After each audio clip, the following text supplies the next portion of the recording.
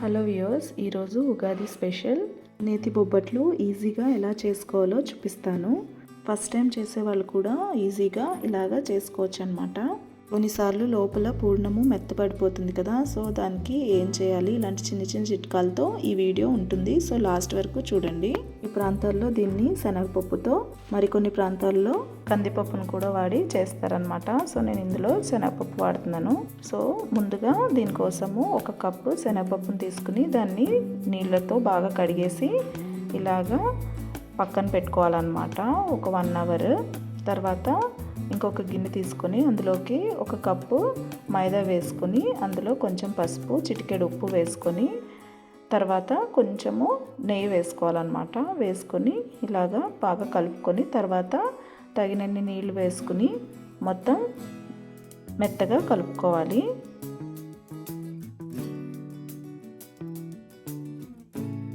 తర్వాత ఒక 2 స్పూన్ల నూనె కూడా వేసుకొని బాగా ఇలాగా మెత్తగా కలుపుకొని దీన్ని కూడా ఒక 2 అవర్స్ పక్కన పెట్టుకోవాలన్నమాట.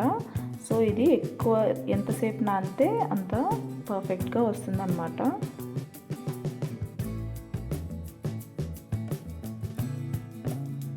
ఇప్పుడు ఒక కుక్కర్ తీసుకొని అందులో మనం నానబెట్టుకున్న శనగపప్పు వేసుకొని, తర్వాత ఇంకొంచెం వాటర్ కూడా వేసుకుని మనము ఒక్క విజిల్ రానివ్వాలంటే, అంతకన్నా ఎక్కువ రాకూడదు. విజిల్ వచ్చిన తర్వాత వెంటనే దాన్ని ఇలాగా స్పూన్తో ఎత్తేసేయాలన్నమాట, గ్యాస్ అంతా పోయేలాగా, లేదంటే చాలా మెత్తగా అయిపోతుందన్నమాట. సో ఇదైతే పర్ఫెక్ట్గా నాకైతే అయ్యింది. ఇప్పుడు చూసుకోవాలి, చూసారా మెత్తగా అయ్యింది. సో ఇప్పుడు నేను ఏం చేస్తున్నా అంటే, ఇవి నీళ్ళు ఉన్నాయి కదా ఎక్స్ట్రా వాటర్, సో ఆ వాటర్ని ఇలాగా వడగట్టుకోవాలన్నమాట. ఈ వాటర్ని అలాగే పెట్టుకోవాలి. దీన్ని ఒబ్బటి చారున ప్రిపేర్ చేసుకోవచ్చు, లేదంటే మనము రుబ్బుకునేటప్పుడు ఒక్కొక్కసారి గట్టిగా అయిపోతుంది. సో ఈ వాటర్ని కొంచెం వేసుకొని మెత్తగా మనకు కన్సిస్టెన్సీ వచ్చేలాగా రుబ్బుకోవచ్చు అనమాట. సో అందుకోసం ఇది పక్కన పెట్టుకోవాలి. ఇప్పుడు నేను ఇక్కడ 1 కప్పు శనగపప్పుకి 1 కప్పు బెల్లాన్ని తీసుకున్నాను. సో ఈ బెల్లం తురుము కూడా వేసేసి దీన్ని కొంచెంసేపు ఉడికించుకోవాలి. ఇప్పుడు నేను ఒక 2 యాలకులు ఇందులోకి వేసుకుంటున్నాను అనమాట. దీన్ని ఇలాగా ఉడికించుకోవడం వలన ఈ పూర్ణం అనేది ఫ్రిడ్జ్లో పెట్టుకుంటే ఒక 3-4 డేస్ కూడా పాడవకుండా ఉంటుందన్నమాట. సో ఇలాగా కొంచెం సేపు ఉడికించుకోవాలి. ఇలా ఉడికించుకున్న తర్వాత దీన్ని మనము ఒక మిక్సీ జార్లో వేసుకోవాలి. వేసుకుని ఇలాగా మెత్తటి పేస్ట్ లాగా చేసుకోవాలన్నమాట. సో ఇదైతే కొంచెము నాకు గట్టిగా అనిపించింది. సో నేను నెక్స్ట్ మిక్సీలో వేసేటప్పుడు ఇంకొంచెం వాటర్ తీసి పెట్టుకున్నాను కదా, ఆ వాటర్ని కూడా ఇందులోకి వేసుకొని అప్పుడు మిక్స్ చేశాను అనమాట. ఇప్పుడైతే పర్ఫెక్ట్ కన్సిస్టెన్సీ వచ్చింది. ఒకవేళ మీకు చాలా జారుడుగా వస్తే ఇక్కడ ఒక చిట్కా ఉందన్నమాట. ఏంటంటే, జారుడుగా వచ్చినప్పుడు మనము శనగపిండి ఉంటుంది కదా, సో దాన్ని నెయ్యి వేసుకొని కొంచెం వేయించుకోవాలన్నమాట. ఇప్పుడు జారుడుగా ఉన్న పూర్ణాన్ని మనము స్టవ్ మీద పెట్టుకొని, సో దాన్ని వేడి చేస్తూ కొంచెం కొంచెంగా శనగపిండిని కూడా వేసుకుని కరెక్ట్ కన్సిస్టెన్సీ వచ్చేలాగా అడ్జస్ట్ చేసుకోవచ్చు అనమాట. సో ఈ చిట్కాని పాటిస్తే ఇక్కడ వేస్ట్ అవ్వకుండా పర్ఫెక్ట్గా వస్తుంది.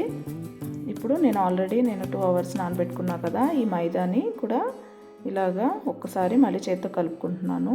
ఇప్పుడు నేను కొంచెం చేతికి ఆయిల్ రాసుకుని కొంచెం కొంచెం తీసుకుని ఇలాగా స్ప్రెడ్ చేసుకుని ఇవి పూర్ణంని బాల్స్లా చేసి పెట్టుకున్నాను. సో అవి ఒక్కొక్కటి తీసి ఇలాగా చూపిస్తున్నట్టుగా ఇలాగా మడుచుకోవాలి. ఇలా ఎక్స్ట్రా ఏమన్నా ఉంటే అది పైన తీసేయచ్చు అనమాట. పిండి ఇలా తీసేసి బాల్స్లా చేసి పెట్టుకోవాలి. ఇలాగా అన్ని బాల్స్ లాగా చేసేసి పక్కన పెట్టుకోవాలన్నమాట.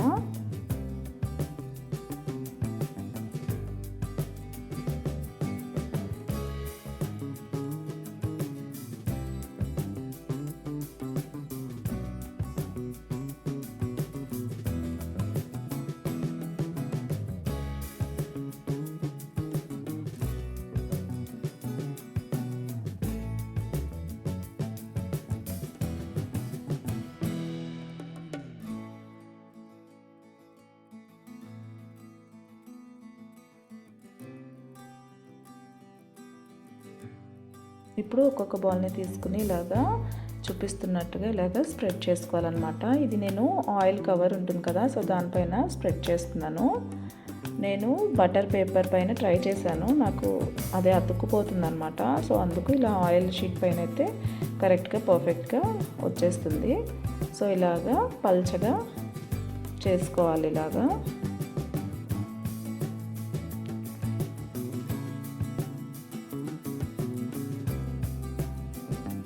ఇప్పుడు చేసిన పెనం పైన ఒక స్పూను నెయ్యి ఇలాగా స్ప్రెడ్ చేసుకోవాలి. ఇలా చేసుకున్న తర్వాత మనం ఆల్రెడీ ఇలా పల్చగా ఒత్తుకున్నాం కదా, సో దాన్ని నిదానంగా చేత్తో ఇలా తీసేసి పెనం పైన వేసుకోవాలన్నమాట.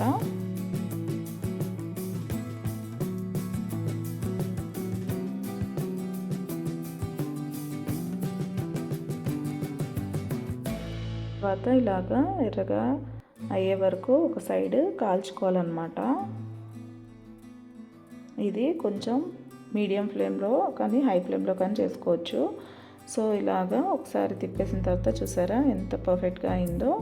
సో ఇలాగా అయిన తర్వాత మళ్ళీ ఇంకొకసారి తిప్పేసుకుని ఇప్పుడు ఒక స్పూన్ నెయ్యి వేసి ఫోల్డ్ చేసి పక్కన పెట్టేసుకోవాలన్నమాట.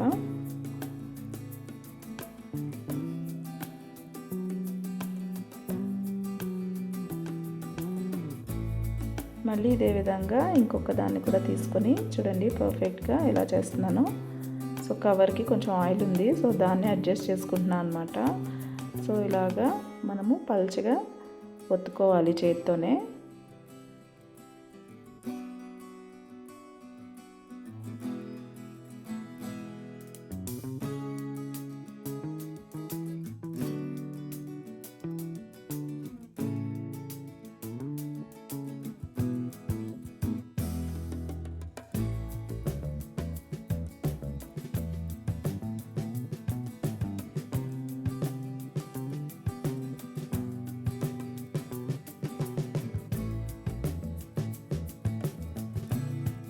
ముందు చూపించినట్టుగానే ఒక స్పూన్ నెయ్యి వేసుకొని ఇప్పుడు మనము పల్చగా ఒత్తుకున్నాం కదా, సో దాన్ని ఈ పెనం మీద వేసుకొని ఎర్రగా వేయించుకోవాలి.